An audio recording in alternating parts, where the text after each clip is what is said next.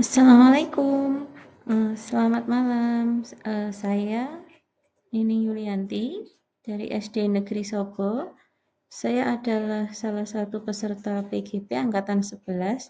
Di sini saya akan menyampaikan modul 1.1 tentang refleksi diri, yaitu reflektif kritis dalam memaknai dan memahami pemikiran Ki Hajar Dewantara.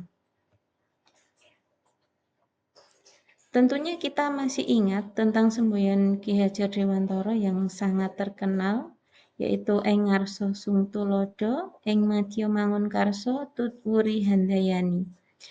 Di depan memberi contoh, di tengah membantu membangun motivasi, di belakang memberikan dorongan.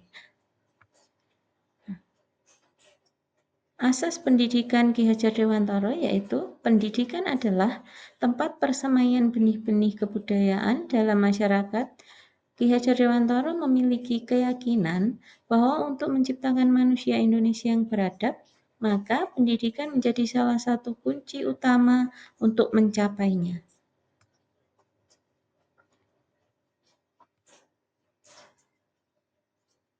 Dasar-dasar pendidikan yang menuntun.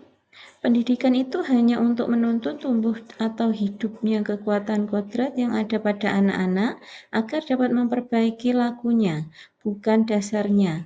Hidup dan tumbuhnya kekuatan kodrat anak. Ki Hajar Dewantara mengibaratkan peran pendidik seperti seorang petani atau tukang kebun. Anak-anak itu seperti biji tumbuhan yang disemai dan ditanam oleh Pak Tani atau Pak Tukang Kebun di lahan yang telah disediakan. Anak-anak itu bagaikan bulir-bulir jagung yang ditanam. Bila biji jagung ditempatkan di tanah yang subur dan mendapat sinar matahari dan pengairan yang baik, maka meskipun biji jagung adalah bibit jagung yang kurang baik atau kurang berkualitas, dapat tumbuh dengan baik karena perhatian dan perawatan dari petani. Demikian sebaliknya, meskipun biji jagung itu yang disemai adalah bibit berkualitas baik, namun tumbuh di lahan yang gersang dan tidak mendapat pengairan dan pencahayaan matahari, serta tangan dingin Pak Tani, maka biji jagung itu pun mungkin tumbuh namun tidak akan optimal. Selanjutnya adalah kodrat alam dan kodrat zaman. Ki Hajar Dewantara menegaskan bahwa didiklah anak-anak dengan cara yang sesuai dengan tuntutan alam dan zamannya sendiri. Artinya, cara belajar dan interaksi murid abad ke-21 tentu sangat berbeda dengan para murid di pertengahan dan akhir abad 20. Kodrat alam Indonesia dengan memiliki dua musim, yaitu musim hujan dan musim kemarau, serta bentangan alam mulai dari pesisir pantai hingga pegunungan memiliki keberagaman dalam memaknai dan menghayati hidup. Demikian pula dengan zaman yang terus berkembang dinamis mempengaruhi cara pendidik menuntun para murid. Selanjutnya yaitu budi pekerti. Budi pekerti merupakan keselarasan atau keseimbangan hidup antara cipta, rasa, karsa, dan karya. Keselarasan hidup anak dilatih melalui pemahaman kesadaran diri yang baik tentang kekuatan dirinya, kemudian dilatih mengelola diri agar mampu memiliki kesadaran sosial bahwa ia tidak hidup sendiri dalam relasi sosialnya. Sehingga kita ketika membuat sebuah keputusan yang bertanggung jawab dalam kemerdekaan dirinya dan kemerdekaan orang lain.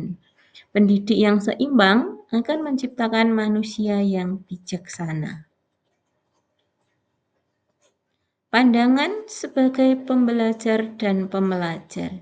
Sesuai arti dari semboyan ing ngarsa sung tulodo, ing madya mangun karsa tutwuri handayani yang sudah disampaikan di awal, prinsip-prinsip ini mengajarkan tentang tanggung jawab, kerjasama, dan kesinambungan dalam pendidikan.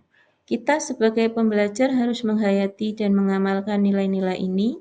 Dalam konteks pemikiran Ki Hajar Dewantara, kita semua adalah pembelajar yang terus berkembang dan belajar dari pengalaman, baik sebagai guru maupun sebagai murid.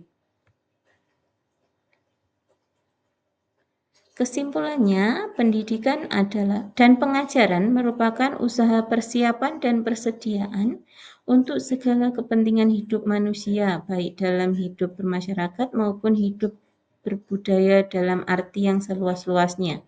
Pendidikan adalah landasan atau pondasi dari semua kebudayaan atau peradaban yang kita harapkan.